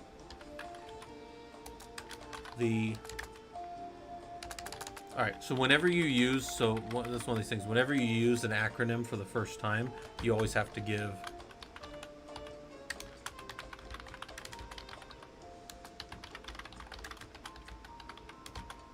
compliance. So task is, that's what we're doing. Condition, given a bash prompt, complete the allotted 60-minute time. By the way, does anybody know where I got task condition standard from? Anybody? Anybody here? Some of you probably know. Verify. Okay, so complete all activities in a lab. Find out. So verify. Let's say read your compliance output via the web Apache to web server. Verify all cat 1, cat 2, and cat 3 findings, right? So that's how I always start this. Now, my reflection questions deal with additional things I kind of want you to think about and go spend more time with. So reflection questions aren't things that are directly part of the lab, right? But there may be some things to go spend some time with, because the way I have it set up with the lab book is there's basically 3 levels of labs. You can do a lab in 10 minutes. You just next, hit the button a whole bunch of times and everything works, right? And that's one way to do a lab. Then there's another way that's probably like about 20 minutes, maybe like even 30 minutes, where you read through the questions that are on the lab and you spend a little time and you think about it, and that's probably fine too. Maybe you look at whatever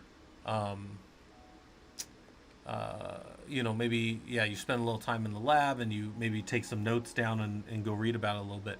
But then the one that is like an hour per lab, and this would really take some time to get through all 60 of our labs, is you come in and you do the reflection questions and you go and you read blog posts and you figure out all these different pieces and kind of build yourself like a little body of knowledge around how are people using this in the industry. Go read some white papers and technical implementations from like the big vendors that are doing this stuff, right? Because like a lot of this stuff is open standards, but how are people using it, right?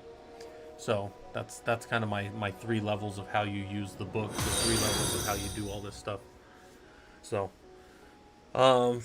just mirroring the local hosts on Apache for the system. Yeah, Cuddlingus, you can share anything out. Those traffic ports here, we use them in other labs to, you can actually come in here and there's actually some definitions you can do that will automatically map in your labs. And what will happen is they can use any port. So if you're using Grafana, you put port 3000 here. But if you guys have ever done my labs, you'll remember I've never sent you to this page before, right? So watch this.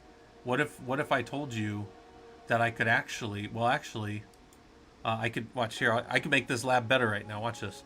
If we come over here and we go to monitoring Linux logs, and you get to the Grafana section right here, there's this one that says traffic host 1 3000. Technically, I can take this right here, traffic host 1 3000, and I could go drop that in that other lab and change it to 80, and it would just give you that link directly generated over here on the left. Yeah, it's the big long link. It gets directly generated and dropped in the lab for that lab session. Super convenient. I actually probably should update the lab with that, but we'll do that here in a little bit. I'll come back and mess with that. Let's do some reflection questions. So we go and we look at this, and the first question I would do is I would say, what are the STIG scores? And down here, somebody has explained what is the STIG compliance. Right, here's Cat 1, Cat 2, Cat 3. What does it mean? What does it mean to have a good score? And let's see if anybody has, so this one has this has information about it. But I want to see if we can find, this is the compliance report. Scan metadata vulnerabilities. Gives you some vulnerabilities. This is from some company that's doing it for you. Companies go and turn these well-published and well-known STIGs into compliance reports that people pay for. So you might go, well, that was really easy to run. Yeah. If you go look at like what Tenable Security does, they add value on top. So does Qualys, Qualys. And I have one of my buddies is the engineering director for all of Americas for Qualys. He's come and talked to our group a few times, Brian Canaday. He's come and talked to the group. It's been years since he came and talked to us, though. But anyway, so we'll say, let's go look at, let's see if we can find one. This is okay. This shows how the DISA STIG works and how the process works. So that's actually pretty good. But let's say, so go to your favorite search engine which is typically like Google or DuckDuckGo, right?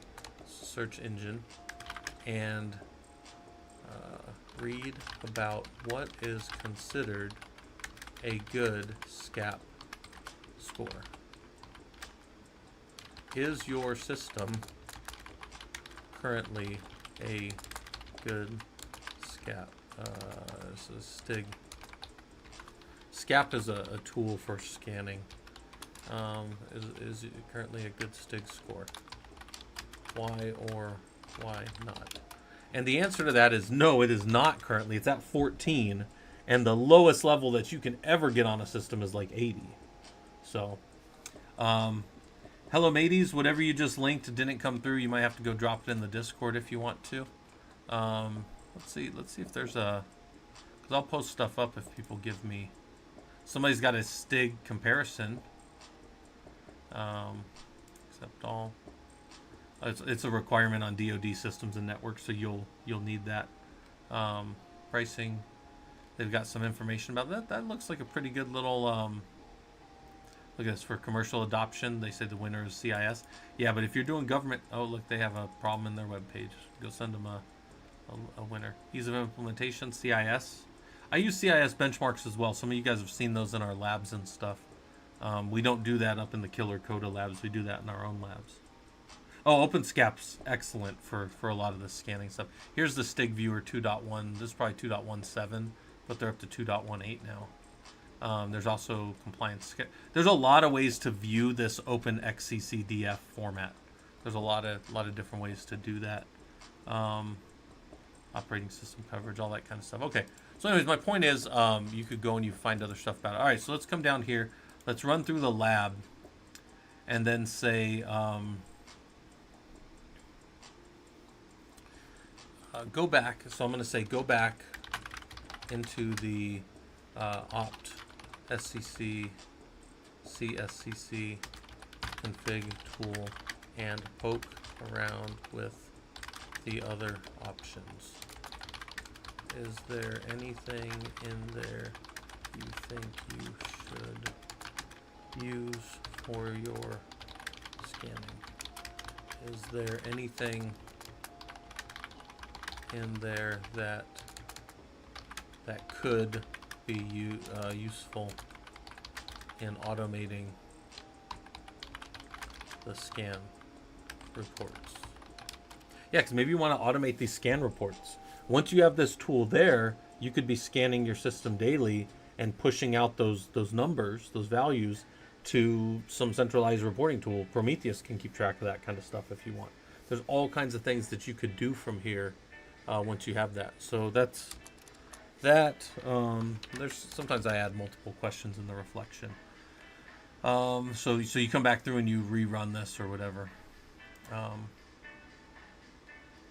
Let's go. What are some, so looking at the output report in the web browser. Hello mateys, thanks for your subscription with Prime. You know, you can use that anywhere. Whenever you guys choose to use it here, that always feels good. I don't claim to be anybody's favorite streamer, but hopefully I'm giving you guys useful stuff that makes this stuff good for you. Let me tell the wife, surprise me. Kidding, angry.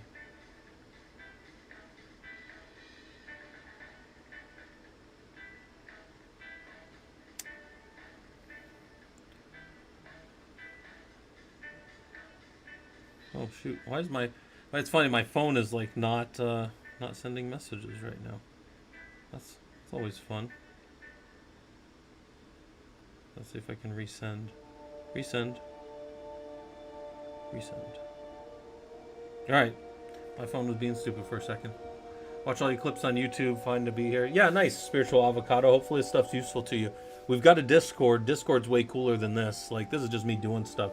Discord is like, we got events coming up. Let me pull this up for you guys. I haven't done this in an hour and a half, so let me pull this up. We've got events coming up Oh no, I didn't mean to go there. Sorry. Events, and we've got every Sunday one of our guys, Salty. He's been a coder for like he's been a software engineer for like 15 years almost, and he's doing bot projects and other stuff, integrating with Discord and all that stuff. He's doing that every Sunday. We normally meet on Saturdays, but that's been touch and go. And I've got an engineer coming in to talk about engineering and pre-sales engineering in 2 weekends.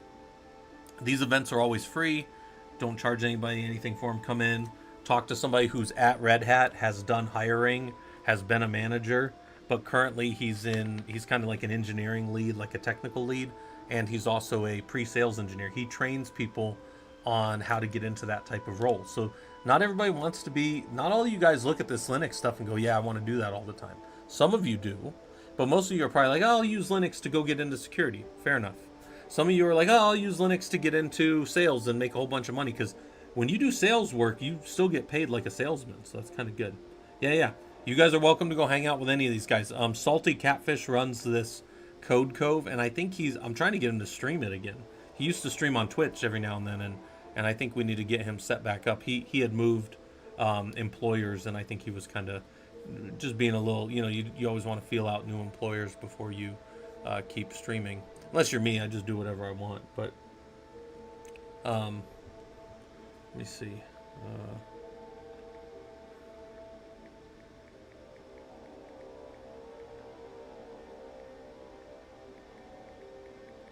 Gotta send the wife something real quick.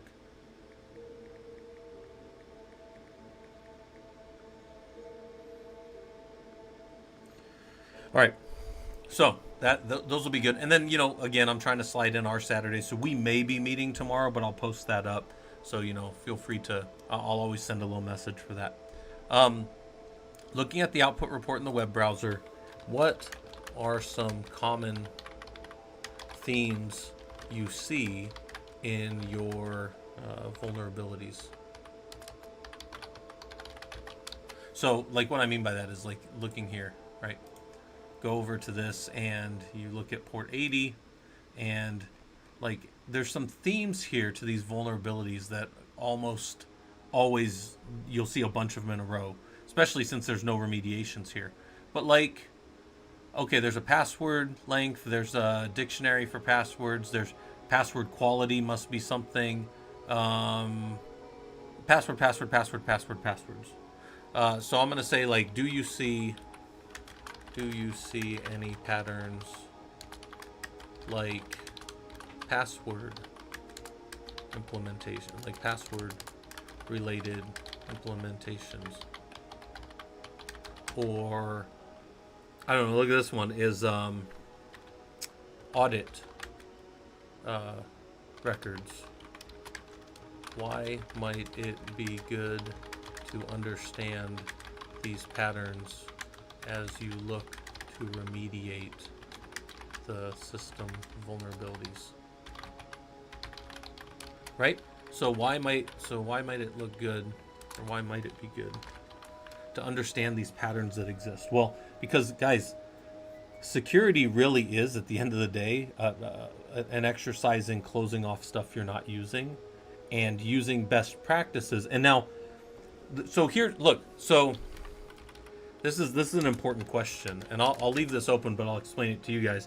For people that use the book, or people that look at this later and go, "What the hell was Scott asking here?" They'll have to find me on Discord. But look at this. So, let's think about something. If all the vulnerabilities are well known, why do you think they are not all just implemented by the OS provider, creator? Why do you think Ubuntu 2004 being patched every few months on a long-term support like it is, why the hell haven't they just fixed this? And there's a good reason for this. But why do we not have a minimum 15 character password length for all of us?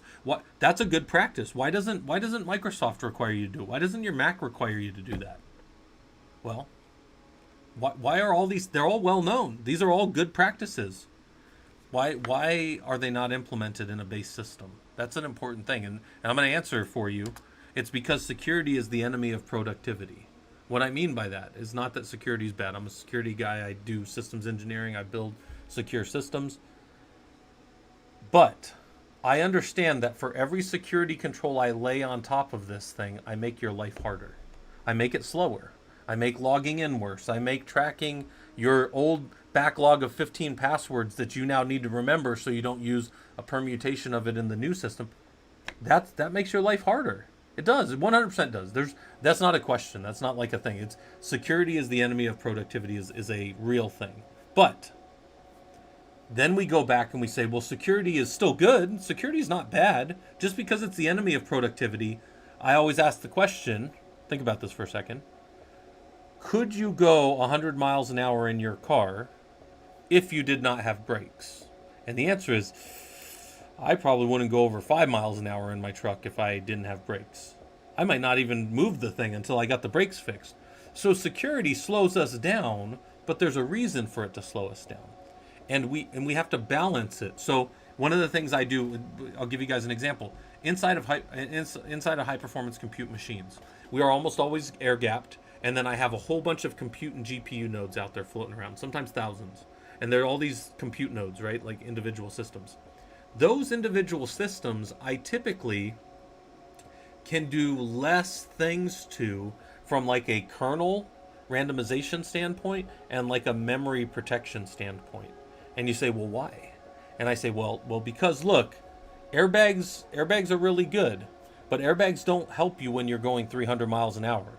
You need to instead have a full roll cage on you, fire suppression in the vehicle. You have to have a Teflon suit so you don't burn up.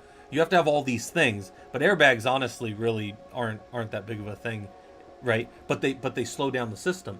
And in my compute nodes are little drag racers. I want those things to go as fast as they can, right? Security equals time equals money. That's a good way to put it. Yeah. Pseudo slows you down. Yeah. But pseudo is there to be able to have a security practice of me giving other people the ability to do things. So it is useful. It is breaks in a useful place to slow down the function of a thing so that it works right. Anyways, so is experience key to implementing what is needed here? How do you ultimately make the distinction on what to resolve here? Yeah, so Cuddlingus, a lot of this stuff, there's a couple of rules that I'll give when we go to the remediation later. One, nothing can connect to a government system with any Cat 1. You have to fix your Cat 1s. But I'm going to show you guys the remediation steps here in a future lab and in a future version of us streaming and stuff. But for now, you guys can go scan the crap out of these and ask yourself some of these questions, right? Another one is never leave. So see all these manual checks? These are not checked, meaning that they couldn't automate the checking of whatever this is a banner. The banner has to be there when people log in. So I have to come in through here when I do my reports in the Stig viewer later. I have to come in here and put this in and then verify. I'll say like, here is the output. I validated that this is good. And then I can close this as a finding and my score jumps up. This little score right here jumps up. Some of you guys have seen me do this before. It jumps up to like, 14.86 or something. So it just jumps up a little. And as I keep knocking these different ones out and validating these things, slowly my score gets higher and higher and higher to typically a target score. Depending on the system, it's at least a 90%. I've never worked on a system where 100% is required, but we won't be able to get 100% on these nodes in the lab environment. And here's why. We can look at the stuff and we can see all the vulnerabilities here. These are all true vulnerabilities on this lab system.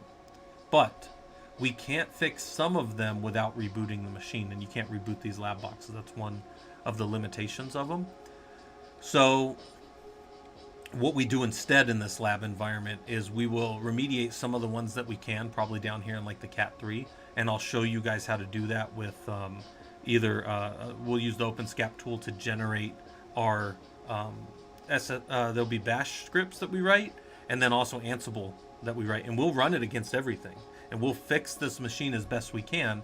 And then theoretically, after the reboot and it comes back up, we would go and we would get a new scan output, and then we would hopefully go from like 14 to like 70, and then there would still be some that weren't checked, and then we would go work those off in our Stig score and we would get ourselves up around, like a 90% score.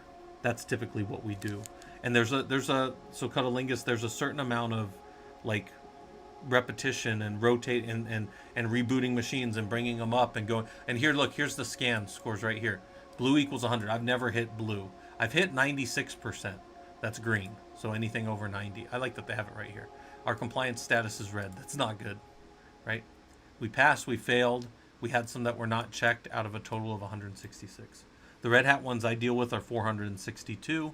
MariaDB is 112. So when you go to do like MariaDB, by the way, one of the things that I would like to do on here, and actually I'll probably do other scans with this same template, is we'll do a STIG report of a MariaDB, and then we can fix a MariaDB all the way to STIGged, because we don't have to. We can reboot the service. We can restart the service. We just can't reboot the node. Only blue is a machine locked in a box and turned up. Yeah, hello mateys. It's hard to get to blue. I've been like 96 is pretty damn good. I don't have very many open ones, but yeah, to get all the way to that.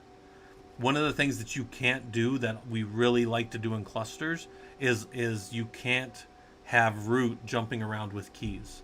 And we always ask for an exception for that. Like, please, please, please let us use root keys so that we can maintain everything. Otherwise, you have to jump in. We could use a service account and have that have keys, but it's just root with extra steps, right? That's I don't have a good Rick and Morty. This is the only Rick and Morty one I got right here, but that's just slavery with extra steps, right? All right. Anyways, I'll turn that off. So traffic ports, that I think is awesome that you guys have that now. You have that lab to go play. Look at Ranger Dog. You have that lab to go play with. Let me do. You guys don't see me do this very much, but let me go to useful links preview page, and I'm going to generate. So we'll create a preview. Doesn't publish the book. It's just going to generate a preview for me. And then I'm trying to get this out. I wanted to get it before our group meeting at the beginning of August, but I'm going to try to kind of soft commit to get this out before next weekend of a new version of the book. So if any of you guys know anything about how LeanPub works, anybody who's ever bought the Prologue book before, it's like $20. If you've ever bought it before, you get all future versions of it. It'll email you when I do an update. So somebody in our group, this is awesome. I really, we got a good little community of engineers down there, but one of the guys, I don't know if you guys saw this, one of our guys put together a really cool set of, let me go to, we'll just go here. Linux group. Let me show you guys something cool. One of our guys put some really cool stuff together. Let's go streaming, images, and this is like Prologue stuff. One of our guys put all these things together. This is really cool. Like, so when we do our certification of like people that come through, it's gonna be like this. And I don't care. Again, I don't care if you guys know what my name is. But there's some really cool. Because I can't do shit with art, guys. I'm colorblind, but that looks like pretty cool blue. I think that's like an orangish. And then he made this. So this is the front cover of the book now. So that's kind of cool. And then there was also this option. I like the blue one. I'm a little more subdued, but I think that these are really cool. That's background templates for our PowerPoints. So my PowerPoints in the future will use those. I think they're pretty cool. And then he's got when we were started. I think that's pretty cool too. All right, and then he has this. Oh yeah, I forgot about these. These are if I want to put little thumbnails on my YouTube videos. I thought that was kind of funny. I didn't even think about that, but he's got those in there, which I think is hilarious because it's like this thing of me. That was from, he must have pulled this from one of our shorts where I'm like sitting there because I was just pissed off being like, oh, everybody wants to be a hacker, but nobody wants to learn the basics. No, Fisherman didn't make it. One of our new guys made it actually. Hold on, I gotta go look his name up because I'm terrible with names. Hold on, let me get out of here. Let me move this over here. I'll tell you his name. It was Treasure. So Treasure's one of our newer engineers that's kind of hanging out with us down there and stuff. So he put those together. So that was pretty cool.